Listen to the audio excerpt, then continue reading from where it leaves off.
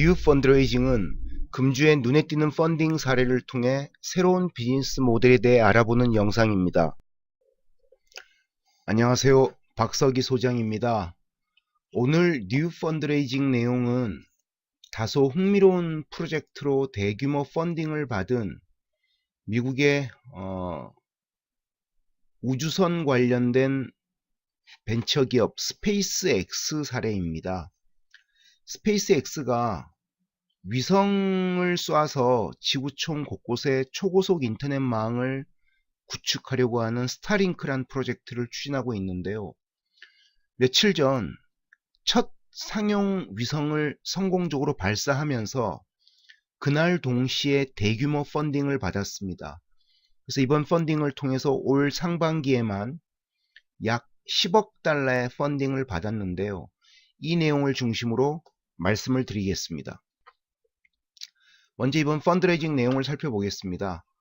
5월 24일 날 5억 3,600만 달러의 시리즈 K 라운드 펀딩을 받았는데요. 이번 펀딩을 통해서 올해 상반기에만 10억 200만 달러의 펀딩을 완료했습니다.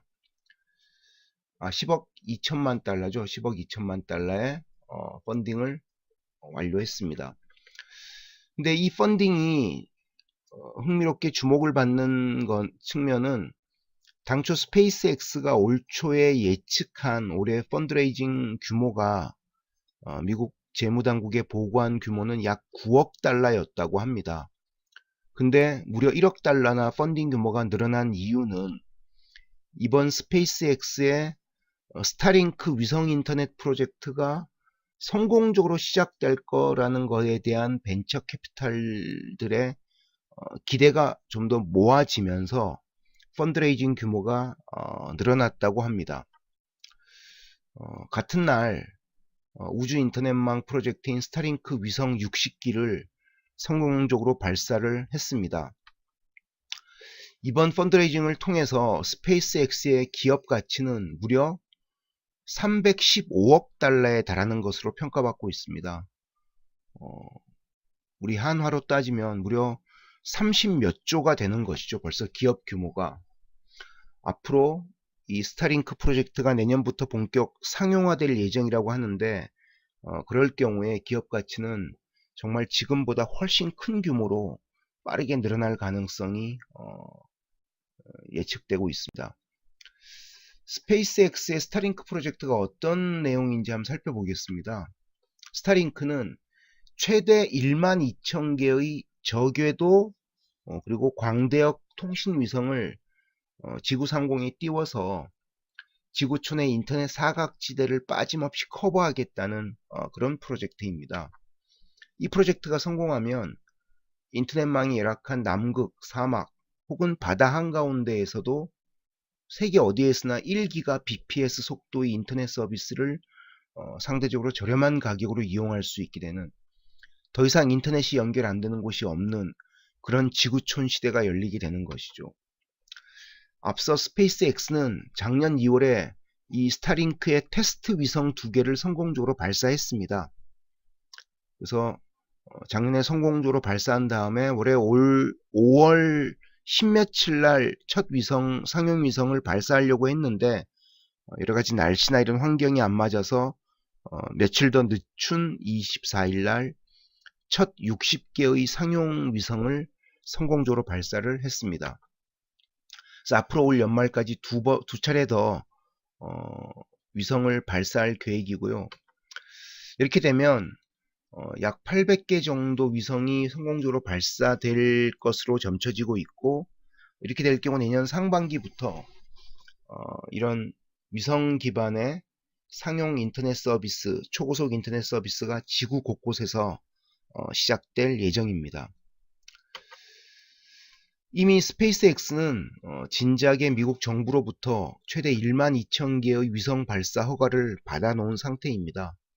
그러니까 앞으로 지구촌 곳곳에 초고속 인터넷이 빠짐없이 열리는 그런 시대가 향후 1, 2년 내에 가능해질 것으로 예상되고 있습니다. 스페이스X 스타링크가 어떤 프로젝트인지 그림으로 좀 살펴보겠습니다. 5월 24일 날 며칠 전이죠.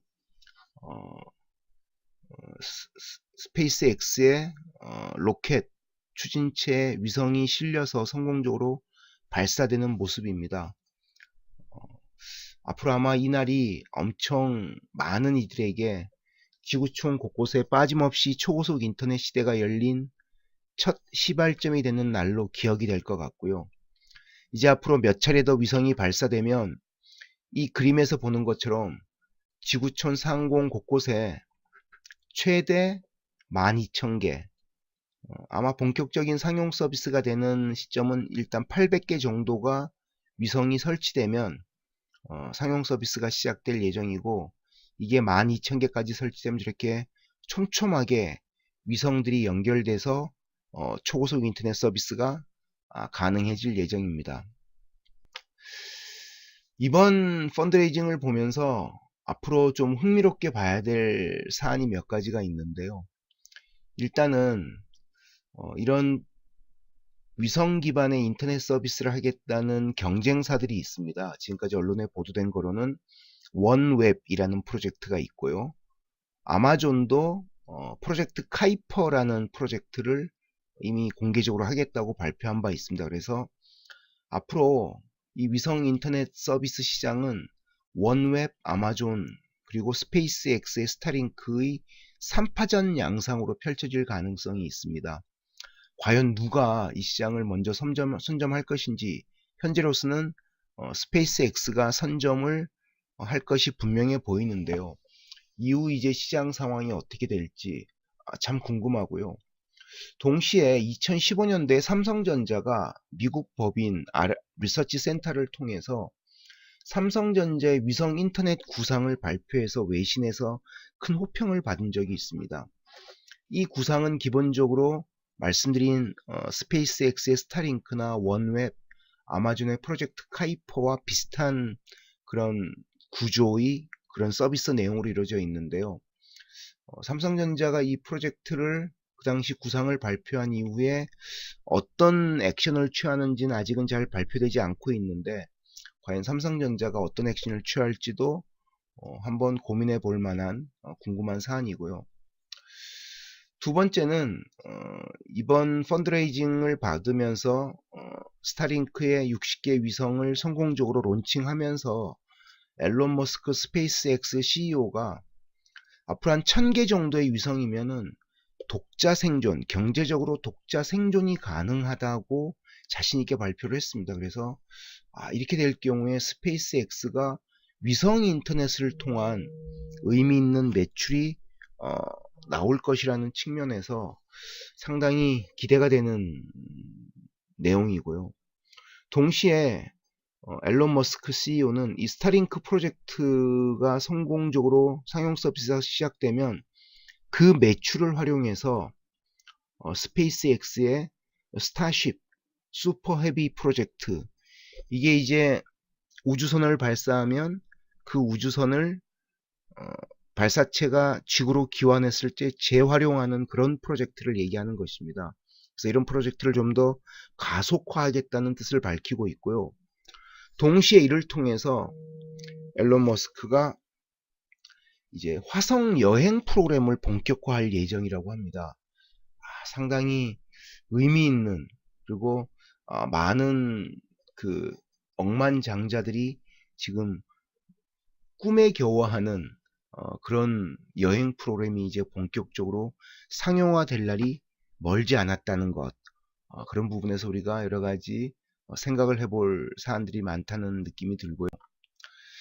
지금까지 스페이스X의 스타링크 프로젝트를 기반으로 한 대형 펀드레이징 사례를 말씀드렸는데요. 이런 새로운 펀드레이징 소식이 여러분께 도움이 됐다고 생각하시면 꼭 구독 버튼과 좋아요 버튼을 클릭해 주시기 바랍니다. 그럼 다음 시간에 좀 더 새로운 펀드레이징 내용으로 여러분을 찾아뵙겠습니다. 감사합니다.